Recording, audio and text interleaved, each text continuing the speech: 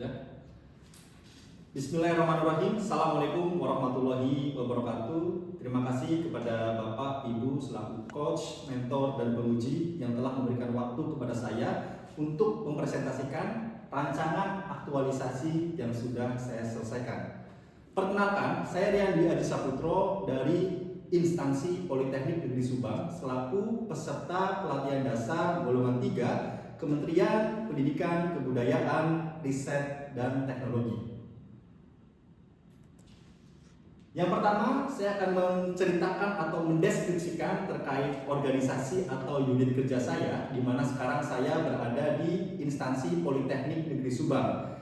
Jadi Bapak Ibu, untuk Politeknik Negeri Subang ini sendiri berdiri pada tahun 2014 dan sekarang memiliki 4 jurusan, salah satunya adalah jurusan Teknik Mesin, tempat di mana sekarang saya bekerja. Politeknik Negeri Subang memiliki visi, yakni pada tahun 2030 menjadi salah satu politeknik terbaik di Indonesia. Dan memiliki misi yang pertama, menyelenggarakan pendidikan tinggi vokasi yang berkualitas. Yang kedua, menyelenggarakan penelitian yang berorientasi pada teknologi terapan. Yang ketiga, menyelenggarakan pengabdian kepada masyarakat yang berorientasi pada teknologi tepat guna. Yang keempat, mengembangkan sistem manajemen yang andal untuk tata kelola yang transparan dan terpercaya. Dan yang kelima adalah menjalin kerjasama dengan pemangku kepentingan atau stakeholder lainnya. Dari identifikasi isu yang telah saya lakukan, khususnya di jurusan Teknik Mesin Politeknik Negeri Subang, saya menemukan ada 5 isu yang menurut saya kontemporer. Yang pertama adalah terkait sistem informasi akademik yang belum diterapkan di jurusan Teknik Mesin. Awalnya untuk si akad ini pernah diterapkan dengan bekerjasama melalui vendor ketiga, akan tetapi karena ada salah satu pihak dari jurusan informatika yang bisa membuat aplikasi serupa, maka dibuatlah aplikasi tersebut dan sekarang baru bisa diterapkan di jurusan informatika. Akan tetapi penerapannya belum menyeluruh sampai ke jurusan Teknik Mesin. Lalu isu yang kedua adalah jurnal student jurusan Teknik Mesin belum berjalan. Artinya jurnal ini sebenarnya sudah terbentuk, akan tetapi pemanfaatannya atau pengelolaannya belum maksimal. Belum ada isu yang terbit satu pun. Lalu yang ketiga, masih banyak mahasiswa yang kesulitan dalam menggunakan dan membaca alat ukur linear pada mata kuliah praktik pengukuran dan metrologi. Sesuai dengan hasil observasi yang saya lakukan, saya menyebar kuesioner dan ternyata hasilnya adalah kurang lebih sekitar 59, berapa mahasiswa Teknik Mesin khususnya mengambil mata kuliah praktik pengukuran dan metrologi merasa dirinya belum menguasai pembahasan materi alat ukur linear. Ini menjadi sebuah suatu masalah karena mata kuliah metrologi ini menjadi pondasi untuk mata kuliah berikutnya. Artinya menjadi syarat untuk dapat mengikuti mata kuliah berikutnya. Yang keempat, terbatasnya jumlah peralatan laboratorium pendidikan atau PLP untuk pengelolaan laboratorium dan bengkel di jurusan Teknik Mesin. Sekedar informasi, di Politeknik Negeri Subang khususnya jurusan Teknik Mesin ini memiliki kurang lebih 12 laboratorium. Dan saat ini karena memang Polsub masih tahap perkembangan, baru kurang lebih sekitar 10 tahun berdiri ya. Jadi baru hanya memiliki 1 PLT di jurusan Teknik Mesin. Yang kelima, pendataan peminjaman alat praktik di jurusan Teknik Mesin masih dilakukan secara konvensional, artinya ditulis manual di buku catatan ya. Ini menjadi riskan karena ada kecenderungan atau ada potensi kesalahan ketika barang keluar dan barang masuk seperti itu. Lanjut, dari isu yang tadi sudah saya tetapkan ada 5, dilakukan analisis APKL ya. Setelah dilakukan analisis APKL, maka ditemukan ada 2 isu yang menurut saya dan hasil diskusi dengan mentor ini memenuhi kriteria. Yang pertama adalah masih banyak mahasiswa yang kesulitan dalam menggunakan dan membaca alat ukur linear pada mata kuliah praktik pengukuran dan metrologi. Dan yang kelima, pendataan peminjaman alat praktik di jurusan Teknik Mesin masih dilakukan secara konvensional. Setelah ditemukan dua isu tersebut, maka selanjutnya adalah melakukan analisis USG, urgency, seriousness, growth. Ya, maka setelah di-judgment oleh mentor saya, maka ditentukan bahwasanya isu yang akan kita pilih atau akan kita cari gagasan utamanya atau rencana aksinya adalah masih banyak mahasiswa yang kesulitan dalam menggunakan dan membaca alat ukur linier pada mata kuliah praktik pengukuran di meteorologi. Isu tersebut kemudian kita breakdown kembali menggunakan diagram fishbone untuk mengetahui cabang-cabang masalah yang mungkin bisa menjadi faktor ataupun penyebab dari isu utamanya.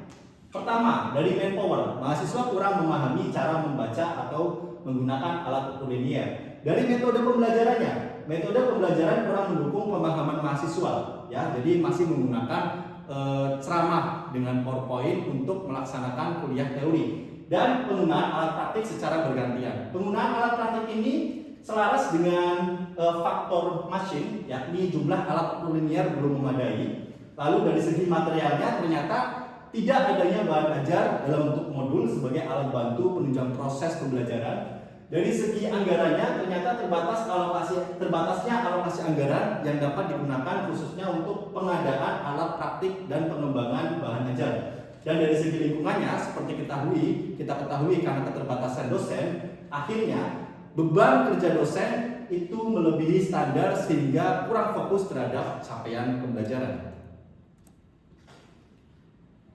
Dari cabang-cabang diagram fishbone tadi, maka langkah selanjutnya adalah melakukan analisis gap atau selisih antara kondisi saat ini dan kondisi yang diharapkan, kemudian menentukan rencana aksi apa sih yang memungkinkan untuk dilakukan. Tapi rencana aksi ini nantinya tidak diambil semua, akan dianalisis lagi menggunakan analisis SMART untuk dikerucutkan lagi menjadi gagasan utamanya apa. Saya jelaskan dulu terlebih dahulu mengenai gap analisis ini. Jadi ketika faktor mahasiswa kurang memahami cara menggunakan dan membaca alat ukur linier, maka rencana aksi yang ditawarkan adalah peningkatan kemampuan mahasiswa dalam memahami dan menggunakan alat ukur linier. Ketika cabang masalahnya adalah metode pembelajarannya yang kurang mendukung pemahaman siswa, maka rencana aksinya penyusunan RPS yang mendukung peningkatan pemahaman praktik mahasiswa.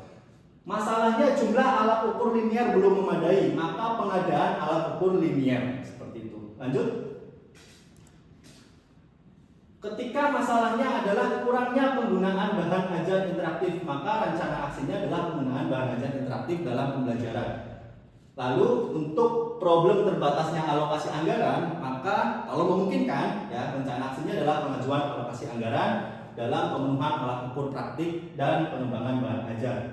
Ketika permasalahannya adalah terbatasnya jumlah dosen dan PLP, maka rencana aksi yang ditawarkan adalah pengadaan jumlah dosen dan PLP.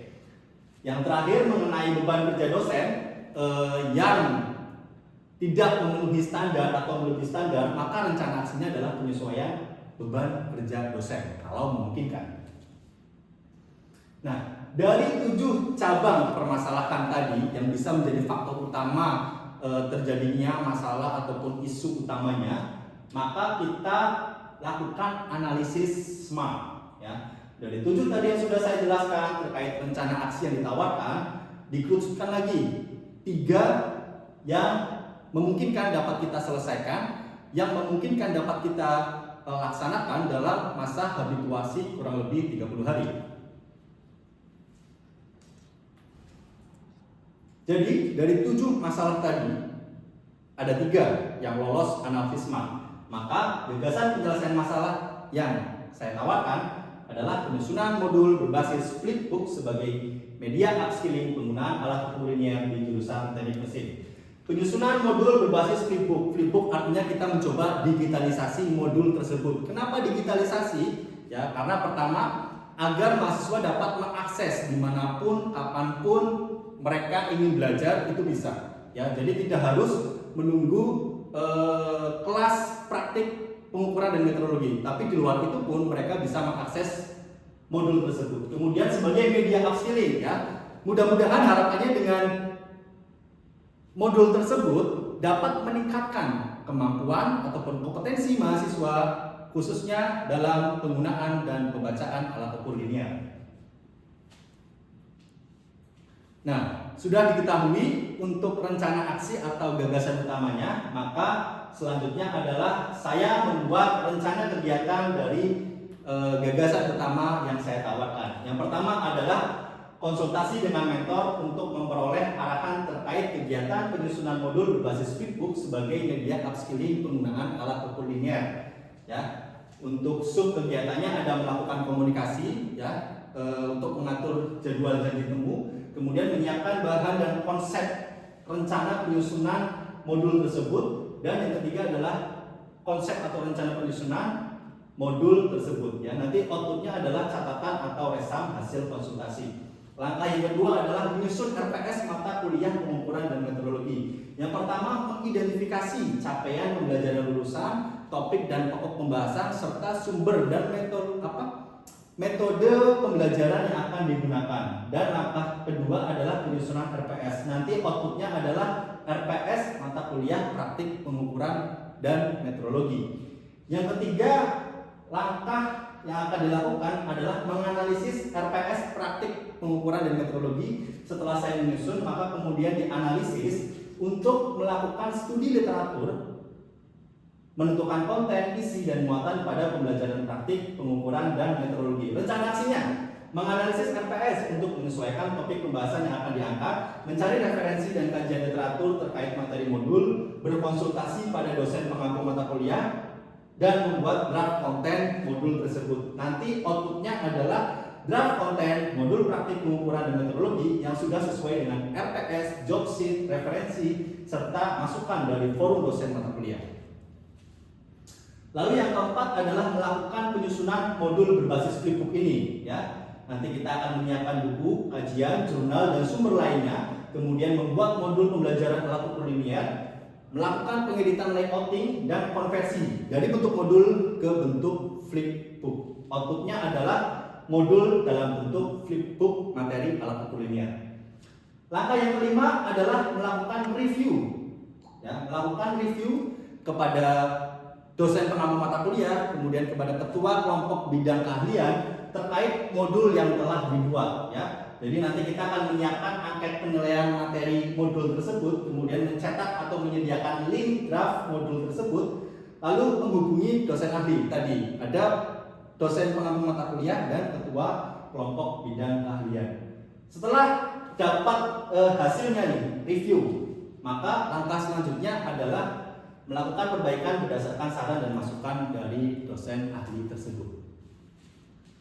Langkah keenam adalah pengesahan modul pembelajaran ini. Ya, jadi kita menyiapkan draft modul pembelajaran, menghubungi ketua KBK, kemudian pengesahan modul pembelajaran berbasis flipbook. Jadi nanti disahkan. Outputnya adalah lembar pengesahan dan modul pembelajaran final.